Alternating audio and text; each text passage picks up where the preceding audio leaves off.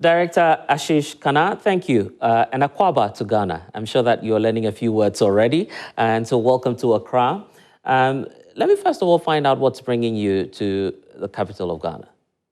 Thank you so much for the opportunity, Bless. It's wonderful to be back in Accra after a while. International Solar Alliance is now a treaty-based organization of 124 countries. And we are here because 46 of the 52 countries are our members, and we are here together with almost 18 ministers to discuss how can International Solar Alliance work with all the African constituents. It's good that you're here, a very timely visit, as many would describe it. Because if you look at what's happening across the continent, over 700 million people in the developing world without access to electricity or energy, the belief is that solar could be of great and immense help to the continent and the developing world in its entirety. How do you convince the world, and by extension Africa, to embrace solar? Yeah, so as you very rightly said, almost 680 million Africans do not have access to energy today. That is a loss of dignity, because no country in their history has ever grown without energy as the backbone. You need it for digitization, you need it for health, you need it for schools, you need it for everything. Almost 50% of these 680 million people are going to get electricity through distributed renewable energy, largely by solar. Actually, it doesn't stop there, Blessed, because even for those who have access to electricity in Africa, unfortunately, is one of the most expensive. And Africa is not able to take advantage of a lower solar cost. It's reduced 70% by last 10 years. And only 2% of global investments are happening in Africa. How can solar bring down the cost for jobs and productivity for Africa? There's no doubt, and giving the figures that you're giving me, it's reminding me of where we are as not just a country, but a continent. You take a look at the energy mix of Ghana, for instance, less than almost a percentage point for solar in the entire energy mix. It's way lower and worse off if you take a look at what's happening across the African continent. 0.6% is what we're dealing with. Why is that the seeming inability by many African governments and by extension African actors to embrace solar as part of the solution? I would like to probably talk about three things that are responsible for the challenges, but also an opportunity. The first is that private sector likes to have a clear policy and regulatory framework in deciding to invest big time. What does this entail? In case of Ghana, it implies the cash waterfall system for payment to be very credible and transparent, because that will reduce the risk for private sector to invest. Second, sometimes there is a risk of perception of investment. What we are doing in ISA is we are launching an Africa solar facility of about $200 million, which is trying to tell the international world, if you are willing to invest, especially in decentralized renewable energy, there is a lot more of perception of risk rather than real risk, and therefore we will give a little bit of a guarantee to facilitate that investment. So that, I think, is one very clear set. The second and the third part relates to skills.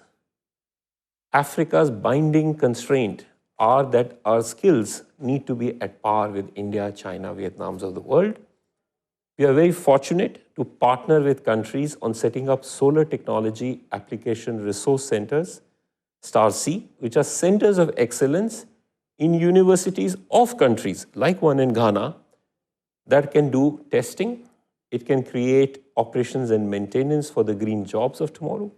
It can also set up youth incubation and startups as the disruptors and the next wave of entrepreneurs. And finally, what we are very hopeful as International Solar Alliance is to bring the cutting-edge digitization, because the worlds of digital and energy are going to get intertwined, and probably Africa should not be left behind as it got left behind on energy, on digitization. So being based in India and in Asia, we want to get the cutting-edge digital experience in Africa as well. There's even a divide which we need to explore, and I'll get your take on that shortly as to how Africa can actually leapfrog to take advantage of that. But let's deal with the financing before we get into technology. The pledge is over $200 million US. very often big statements. Will the commitment follow? So the first 75 million is likely to be operationalized by end of December. But I'll say one thing, what we are really trying, that the world has been talking that concessional finance should now be used for leveraging private investment. There has been a discussion that leverage should be much more than 1:3, 1:4. We are targeting about 1:10, 1:20. So even though the amounts are not like very huge, but if the demonstration with the first 75 million that will be operational by December can lead to 20 times of that money, that impetus will be a way for showing how concessional finance should be used from now on. Are you mindful of the prevailing challenges that Africa is grappling with in terms of economy and how many African economies are now dealing with a sovereign debt crisis? Ghana, for instance, is a perfect example. We're just moving out of that and reassuring the international community that, yes, we'll honor our obligations. Are you up to the task and looking at the figures while you invest? So I happen to have lived and worked in Africa for the last 11 years before taking this job in March. So I have lived those challenges, what you are mentioning, and I feel for Africans. It's a system is a little unfair, frankly, to them. What gives me hope in your question? When you take tough reforms, as Ghana has undertaken, it makes sense only if you can actually attract private sector investment. So from that sense, if you have taken the big plunge of difficult reforms, the timing for attracting private sector investment is now.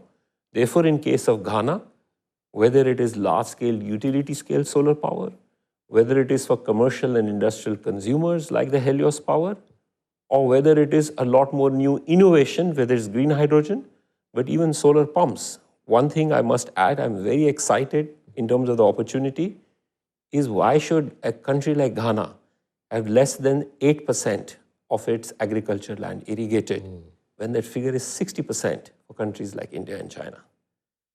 And for doing irrigation, solar pumps now presents 1/4 of the life cycle cost of diesel. So there are ways by which a lot of agriculture productivity can also be done through solar. So these are new things that we are a lot more hopeful, even under the macroeconomic constraints, because all of it is productivity and private sector led. Well, you understand the figures better because you've been with the World Bank, but it won't be a walk in the park, will it? Yes. Because we're talking about technology. There's a global divide already. Africa is way behind. How do we leapfrog and then leapfrog again just to catch up to solar and then the global divide? It's a challenge, isn't it?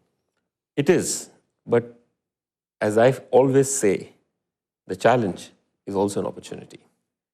And as I repeat, one of the main parts of what I'm much more excited about is that Africa must take charge of its own destiny rather than waiting for outsiders to come and tell what to do. This is the story of Asia. If you look at India and Vietnam, they take charge of how. How do you take charge? You take charge by creating an ecosystem of different parts coming together. I spoke about policy and regulatory framework. We spoke about capacity. Yeah. We spoke about entrepreneurship, and let's add local currency financing. You bring all of these things together, and a great curry of jollof rice will come, by which, frankly, only when you get all the ingredients right and you create the ecosystem, country takes off. Yeah.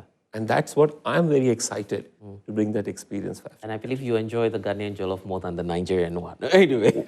Well, my Nigerian colleagues will not like me, but I will go with Ghanaian jollof. We'll see about that. But still there's skepticism, isn't it, about solar, the technology itself, with the shifting sands of geopolitics. You find many political rhetoric around renewables, largely. Where do you stand in all of this? The fact that, superpowers and some key figures, actors across the world, are still pushing, making a case for fossils.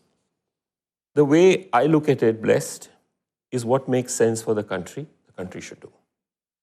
Let me give you an example. 4 fragile countries of Africa, Chad, Sierra Leone, Liberia, and Togo, were grappling with heavy fuel and diesel-based generation of 25 cents per unit. When they did the first competitive tender of solar with batteries, the price came at 4 cents. That's 15% of the cost. My experience after that, let economics decide for each country what's good. For some countries, we are not here to preach, don't do ABC. You decide what's good for your country. And my analysis shows that for every country, solar in its generation mix has a lot more to offer than what Africa has done. So it is in Africa's own interest, given the solar radiation, given the energy needs, that solar is promoted in a way that serves the economic growth objectives of your country. And while we are at this, the aim is 2030, the UN Secretary General's vision of leaving no one behind by that timeline. Are you confident we'll meet that? What I'm confident is that we will be left far, far behind if we don't move to what our new strategy, from which I'm here for, is moving from ambition to action. The time for advocacy, discussion, and conferences is out. What countries really need is very deep implementation support that requires technical skills, navigational skills, capacity building skills. And this integrated mix can really help to go at least to 10% of renewable energy, say in Ghana's case, eventually moving to a much larger number. And finally, Ghanaian, so I'm interested, very curious, knowing, just wanting to find out what's in the kitty for us. You're in Accra, you've held meetings and I believe some engagements with Ghanaian authorities. Who have you been speaking to, and is there hope that we will be benefiting from this ISA package? So we are very hopeful of signing a country partnership framework with Ghana. And that's important because among our 4 pillars, we help countries on catalytic finance, we help countries build capacity and digitization, we help countries on technology policy. But with very few countries, I must admit, because we cannot be everywhere, we get into a country partnership framework for a deep partnership of next 3 to 5 years, and Ghana is going to be one of the countries. What you ask me what success would look like, I can tell you the areas. Quantifiable targets, we'll talk in a couple of months. First, a lot more solar in the energy mix.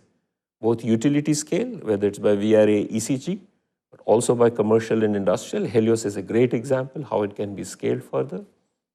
Solar pumps. I'm coming from Ethiopia, where Ethiopia is looking at 1 million solar pumps to replace all the diesel pumps. Some program of an ambition of that kind for Ghana to get agriculture and food security agenda going will be a great issue for us to really focus on. And finally, capability. Ghana can lead Africa in terms of startups and capacity. If we make progress on these 3 areas, I'll be very satisfied. If there's a message for Ghanaians, what would you want that to be? Take charge. Take charge in terms of building your own capability, building your own house in order. Because if you have the right bankable projects, if you have the right capability, the startups that we are here to offer as equals, not as preachiness. This is the beauty of a Global South institution. It's not about preachiness that this is the only way. It's about co-creation together. Let's get on this journey. Doors will open. Exciting times ahead, isn't it? Ashish, Khanna, thank you so much for Bless. talking to us. And I'm looking forward to the Ghanaian package. When you come, we'll treat you to Ghanaian jollof, I promise. Thank We'll you see for the again. opportunity. Yes, thank you. Thank you so much.